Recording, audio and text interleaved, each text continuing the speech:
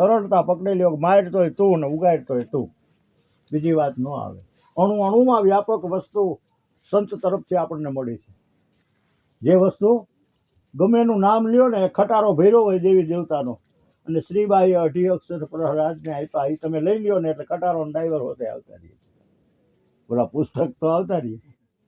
આ નામની ઉપરનો અનામી નામ જે છે એ સંત આપણને સમજાવે. હવે એની મહિમા તો કેવો હોય ભાઈ, એનું વર્ણન કરવાની સરસ્વતી પણ ત્યાં ટૂંકી પડે, અપાર. કે શબ્દ કોઈ એસા હે મેરે ભાઈ, જો કોઈ પીવે તો સબર ભરી જાય, આખો ભરપૂર થઈ જાય. રેણીમાં રજપૂત અને ભજનમાં ભરપૂર. ભજન રેણીને ટુકડો, આને હરી ઢુકડો. બાકી કાંઈ કરવા જેવી વાત નથી. આટલું સમજાઈ જાય ને ખાલી તો એ સત્સંગનું એ પ્રમાણ છે. કોઈક વસ્તુ જાય ને પ્રમાણ મળવું જોઈએ ને. આપણે છોકરો ભણતો હોય ને પછી એને એકડાય ન આવડતા હોય તો એને ભણવા શું કામ મોકલવું જોઈએ? તો જોર સારવામાં આવે. તું તારા નિજ સ્વરૂપની ઓળખ, કે હું કોણ છું. આપણે મૂળમાં એક શુદ્ધ આત્મા છીએ. શું છે? શુદ્ધ આત્મા. આત્મા કોઈથી મરતો નથી. આયુષ્ય પૂરું થાય એટલે ખોખું છોડીને નીકળી જાય છે, પણ આત્મા કઈ જન્મય નથી લેતો. 5મે મહિને પ્રગટ થાય છે. ગર્ભ હોય ને 5 મહિનાનો થાય પછી હલે ચલે, એ પ્રગટ થાય. અને છેલ્લા શ્વાસે જો એને આવું ઈશ્વર ભજન, ઈશ્વર સમરણ, આ તો એક નિર્દોષ બાળક હતું, આને તો બિચારું હું આવ્યું ને હું વયું ગયું. બાકી સમજણના ઘરમાંથી આવ્યા પછી 12 બુદ્ધિ ને 16 હાન આવે તો આવે, નગર પછી ન આવે. ગમે એમ કરો પછી કુંડારા જ તાણે થાય, એમાં બીજું કાંઈ થાય નહીં.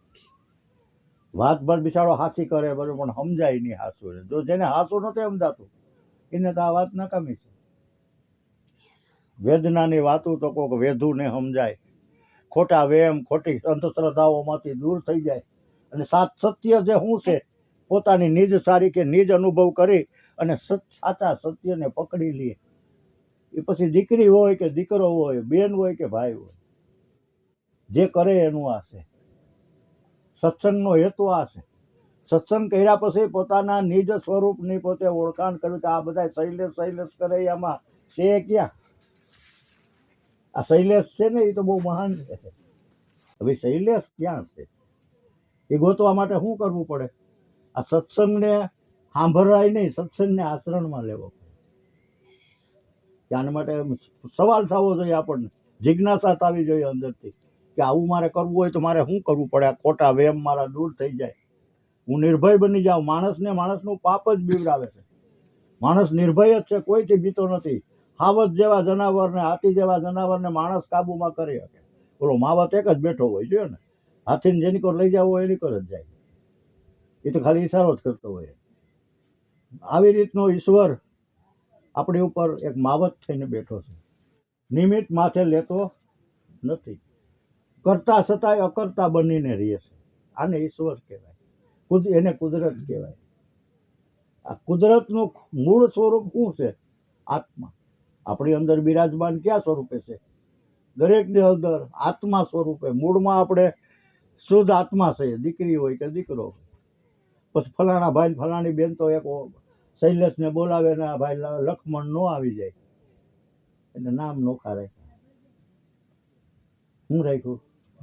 હવે એ શૈલેષ જો પોતાનું મૂળ સ્વરૂપ શું છે એ જો પકડાઈ જાય કે હું ફલાણા ભાઈ કે ફલાણી બેન નથી, હું તો મૂળમાં આ સૌ, એવું નક્કી થઈ પણ હું થઈ જાય. નકર કોઈને એવા સંતને પૂછાઈ જાય એવી વાત કે ભાઈ આનું શું છે કારણ, તો એનું નિવારણ આપે. સત્સંગમાં ગયા હોય અહીંયા લાંબા થઈને આપણે સુઈ જાય તો બીજા 2 જણાને આમાં દેખે એને આળસ આવે. સત્સંગની રીત છે, ત્યાં લાંબો પગ પણ ન કરાય, એની મર્યાદામાં બેહે. પેલા તો બેસતા શીખવું પડે, પછી સાંભળતા શીખવું પડે, પછી સમજતા શીખવું પડે, અને પછી આચરણમાં લેતા શીખવું પડે. તો આ સત્સંગનો સાચો મહિમા આપણને સમજાય. બાકી તો ગમે ત્યાં જાઓ. એક ભાઈ ગીત ગવડાવતા હતા, મા તું પાવાની પટલાણી ભવાની માં કાડકા. બાકી આખું ગામ બોલતું હતું લોલ કે, એમાં આખું ગામ હતું. પછી ઓલો ભાઈ વયો ગયો, પછી લોલ કે વૈધું. આવું થઈ ગયું છે. સાચા સંતો વયા ગયા છે, અને આપણે આમાં ખોટી અંધશ્રદ્ધાઓ, ખોટા વેમ, ખોટા વિચારોમાં અટવાઈને પડ્યા છે. આ કરાવે છે કોણ? 10 ઇન્દ્રિય ને 11મું મન. મન, બુદ્ધિ, ચિત્ત ને અહંકાર, આ 4 વસ્તુ આપણને ઈશ્વર તરફ જવા દેતા નથી. પેલા તત્વમસી ખુદ તું તને ઓળખી લે, તું તારા આત્માને ઓળખ. આમાંથી એક જ વસ્તુ એવી છે જે મરતી નથી, એનું નામ છે આત્મા. પહેલા ગુરુ મા બાપ જન્મ આપે, બીજા ગુરુ હુયાણી આપણને નોખા પાડે, ત્રીજા ગુરુ બ્રાહ્મણ કે ફૈબા નામ પાડે, ચોથા ગુરુ માસ્ટર વિદ્યા ભણાવે, પાંચમા ગુરુ ધંધાની લાઈન બતાવે, છઠ્ઠો ગુરુ શાન સમજાવે, અને સાતમો સદગુરુ આત્મા. આવું આત્મ ખોજ વિના નર ભટકે, કોઈ મથુરા કોઈ કાશી, જંગલમાં જઈને જોગી બન્યા ને એને નથી મેળ્યા વિનાથી ગોતે એને બીજો અવતાર ધારણ કરવો પડે. યોગેશ્વરી તપેશ્વરી, તપેશ્વરી જ્ઞાનેશ્વરી, જ્ઞાનેશ્વરી રાજેશ્વરી, રાજા થઈને પછી કોકનું ખાઈ જાય એટલે નરકેશ્વરી. આવી રીતના આત્માઓ આમાં ફેરા કરે છે. એને સાચી મોક્ષની વાત સમજાતી નથી અને મોક્ષ મળતું નથી. મોક્ષ મળ્યા પછી અવતાર ધારણ કરવાની જરૂર રહેતી નથી. એક જગ્યાએ એક સ્થિરતા થઈ જાય. દેખ લે શૂન્ય શિખર કી મજા. શૂન્ય શિખરનો મહિમા સમજાઈ જાય આપણને સાચી રીતમાં, તો આ કામ બની જાય એવું છે. આ માણસનો અવતાર, આ વાત કાગડો, કૂતરો, બિલાડો, ઉઠ્યો, ગધેડો ન સમજી શકે હો ભાઈ.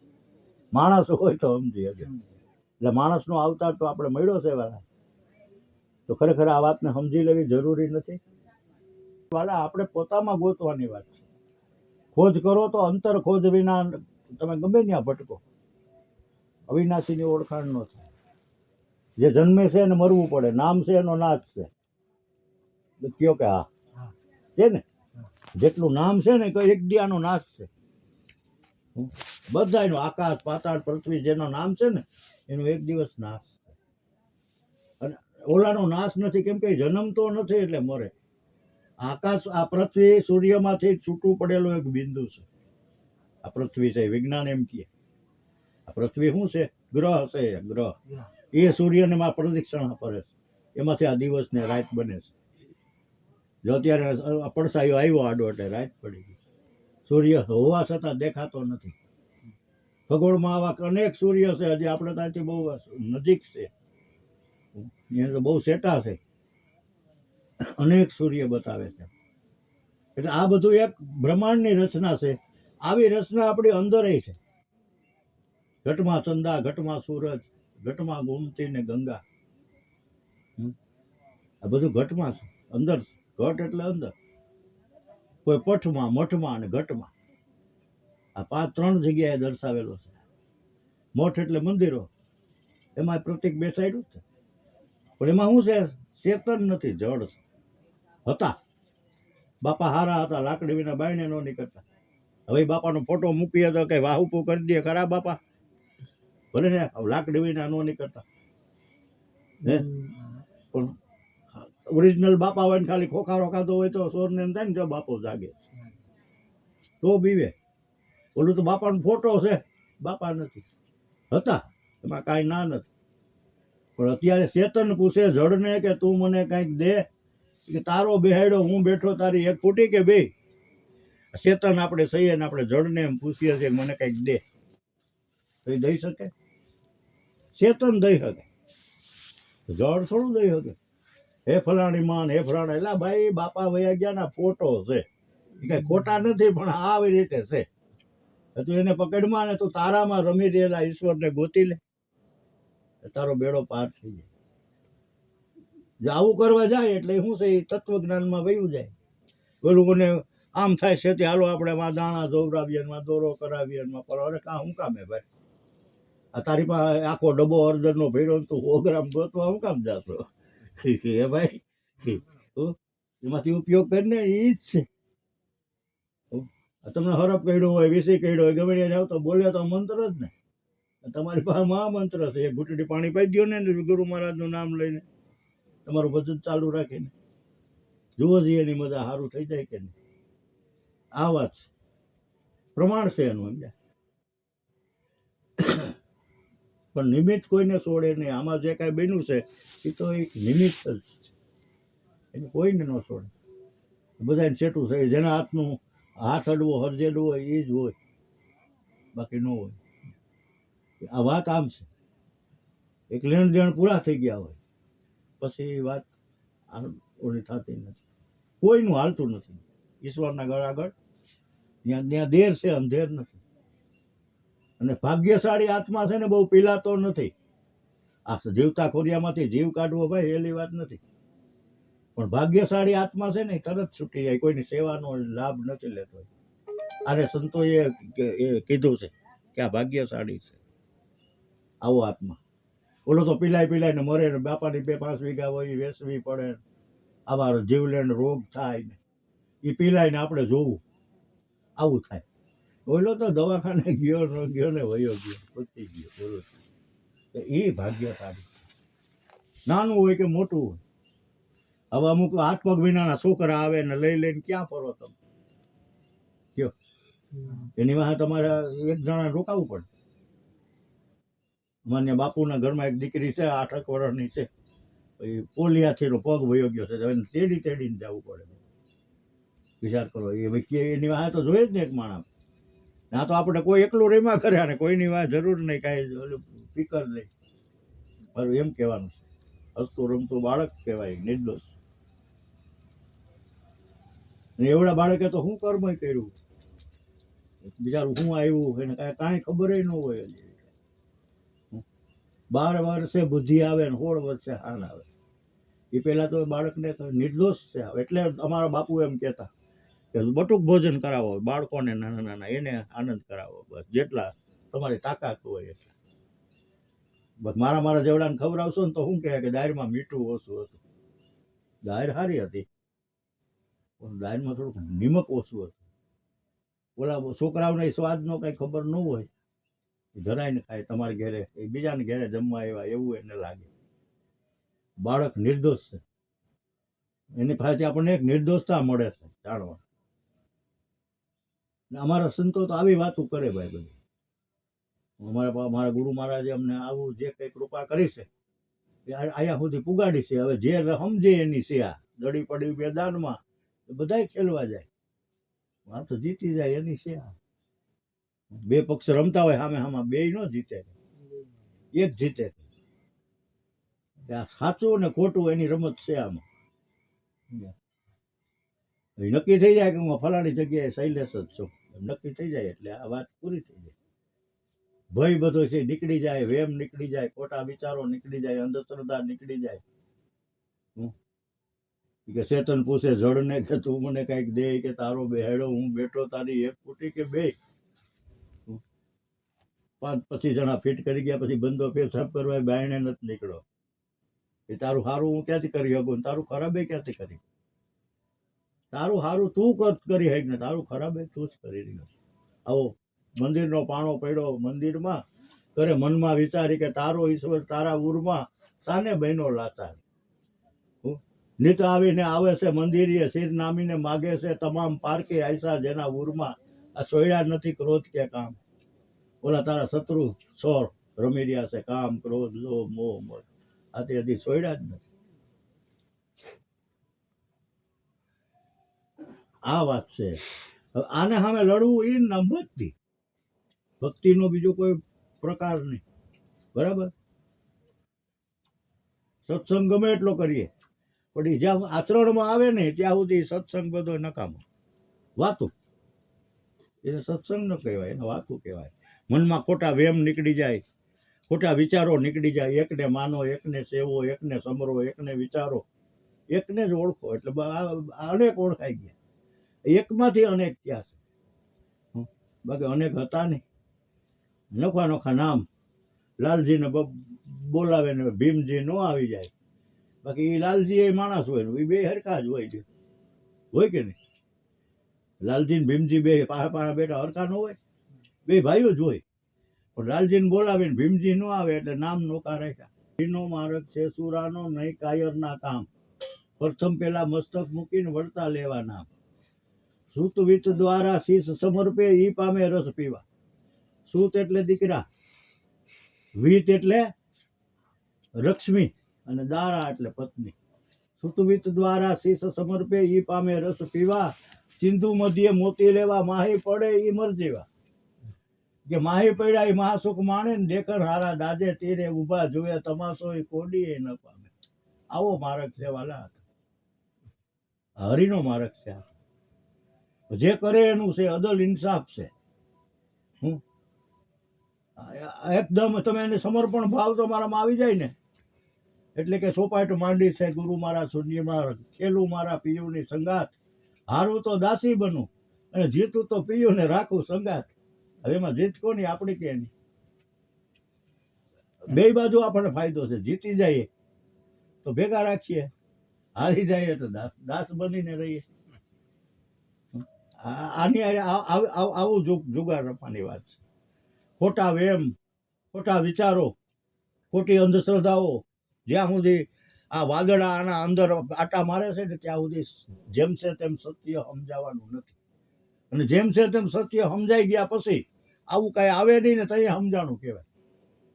આપણે જે ગામ ગયા હોઈએ અહીંથી અટાણે જો રાજુલા આવશે, અમે પાછા સવારે જાઉં ત્યાં આવશે ને બધા ગામ, અહીંયા અમે ક્યાંક ઉતરી જઈએ તો પ્રાસી કહીએ પૂગીએ. મંજિલે જનારાનો રસ્તામાં ઉતારો હોય નહીં. આ તો એની કૃપા છે, બાકી મજધારે કિનારો હોય નહીં. તો એની કૃપા છે ભાઈ, ત્યાં હું કોણ અમે કોણ તમે, આ કઈ રીતે ભગવાને ભેગા કર્યા, એકાબીજાના વિચારો એકાબીજા સમજ્યા એને તો ધન્યવાદ છે. પણ જેને નથી સમજાણું ને એવા હેરાન કરે છે ક્યારેક ક્યારેક. હવે આપણને વિચાર કરતા કરી મળે કે હું સમજાયું આપણે. હજી આનામાંથી અંધશ્રદ્ધા ગઈ નહીં, હજી આનામાંથી કુવિચારો ગયા નહીં, તો આને હું સમજાડું? અંધશ્રદ્ધામાં જરાય ન જાય. આપણી પાસે આખો હળદરનો ડબ્બો ભર્યો હોય ને આપણે 100 ગ્રામ બજારમાં લેવા નીકળીએ તો મૂર્ખ ગણાય કે નહીં? એ છે હળદર જ છે, એમાંથી ખાવાની જરૂર. એટલે કાંઈ થાય તો જવાબદારી પછી. ગેરંટી કોઈ વસ્તુની ગેરંટી ડોક્ટરે નથી આપતો. સંતો ગેરંટી આપે કે તમે આ રીત વિના રીજે નહીં, ભલે ને પ્રીતિ હોય અપરંપાર, આપ વિના સૂજે નહીં ને આવે નો મૂળ વિચાર. પોતામાં પોતે ખોજ કરો એટલે સભર ભર્યો છે, પ્રત્યક્ષ પડ્યો છે, તરત તમને તરત દેખાઈ લ્યો. પણ જોવું છે ક્યાં આપણે? વાત આ છે. બોલું તો જ્યાં જ્યાં નજર મારી ફરે ત્યાં તારી તસવીર દેખાય છે. બોલી શકાતું નથી કાંઈ, ફક્ત અશ્રુધાર વહી જાય છે. નાઝીર ગાંડો થઈ ગયો તો આ વાતને સમજો. ગોરા કુંભારે એના દીકરાને, એક જ દીકરો, અને રમતો રમતો આવ્યો 1.5-2 વર્ષનો, ગારા રે કૂંદી નાખ્યો. ભગવાનની ભક્તિમાં આટલો બધો ગોરો કુંભાર, ભગવાનને આવીને પાછો એને હરજીવન કરવું. આવા સંતો થઈ ગયા છે જેના આપણે દાખલા લઈએ ને તો આપણા રૂવાડા ઉભા થઈ જાય. તેલ કડામાં સુધનવા પડ્યો. આ બધી ભક્તિની તાકાત કાંઈ જેમ તેમ નથી. પણ એ વાતને આપણે જેમ છે તેમ સમજતા નથી, એટલે આપણને એમાં કાંઈ ખ્યાલ નથી આવતો બહુ. શું કામ? રામદેવના ભીમદેવના વાતો સાંભળી હોય આપણે, પણ આ તત્વજ્ઞાન ન સાંભળ્યું. આ તત્વજ્ઞાન સબસે મહાન, બધાથી મહાન જ્ઞાન કયું છે? તત્વજ્ઞાન. આમાં કોઈ દી દેવી દેવતા કાંઈ નામ જ નહીં આવે સવાર સુધી. એક આખી રેકર્ડ જ અલગ છે, બીજી કંપની જ અલગ આખી. આ નિરાકારની વાત છે, ઓલું આકાર સાકારની વાત છે. નિરાકારમાં નિજની ઓળખાણ થાય. ત્યાં પછી સ્ત્રી પુરુષ, નાનું મોટું ખોટું બીવાની જરૂર નથી. નિર્ભય માણાને એનો પાપ જ બીવરાવે. માણા કોઈથી બીતું જ નથી. આવ નિર્ભય છીએ આપણે, હાથે કરીને હેરાન થાય છીએ. ખોટી ખોજ છે આપણી આ. બાકી આ એક આ મોહ છે, તમે ક્ષમતા રાખો એટલે મોહ ન આવે. સંતો એને સોએ વિકારો સામે લડવાના સાધન બતાવ્યા છે ભાઈ. આ કોઈ શાસ્ત્રમાં લખેલા નથી આવતા. કે તમારે કામ સામે બાંધવું હોય ને તો ઈશ્વરીય વિચારો રાખો, ક્રોધ સામે બાંધવું હોય ને તો સહનશીલતા રાખો, મોહ સામે બાંધવું હોય તો ક્ષમતા રાખો, લોભ સામે બાંધવું હોય તો ઉદારતા રાખો. જો આ કડિયું બતાવી છે કેવી ઉદારતાથી લોભ ભયો જાય. અને અહમ, ઈશ્વરીય વિચારથી અહમ સદાને માટે દૂર થઈ જાય. આવા ઐશ્વરિક વિચારો છે ને, છઠ્ઠો તો ક્યાં ગોઈતોય ન જડે અહમ તો. પછી એના નામનો અહમ હોય, એની કૃપા. આપણે તો નિમિત્ત છીએ, આવું થઈ જાય. હું કાંઈક સૌ ત્યાં સુધી તકલીફ છે. આઈ એમ સમથિંગ ખોટું છે. આપણે કાંઈ નથી. નામ એનો નાશ છે. આપણે આવ્યા છીએ, જેટલા શ્વાસ લેવાના હોય છે એટલા લઈને આપણે ગમે એમ કરીને ગમે એવું હોય છે, રાજા હોય, રંક હોય, ભગત હોય કે ભિખારી હોય, એના શ્વાસ પૂરા થાય એટલે દરેકને આ છોડીને વયું જવું પડે છે. એક ઘડી પલે એક રોકાવાતું નથી. આવી વાત છે. કુદરતની કળા છે આ બધી.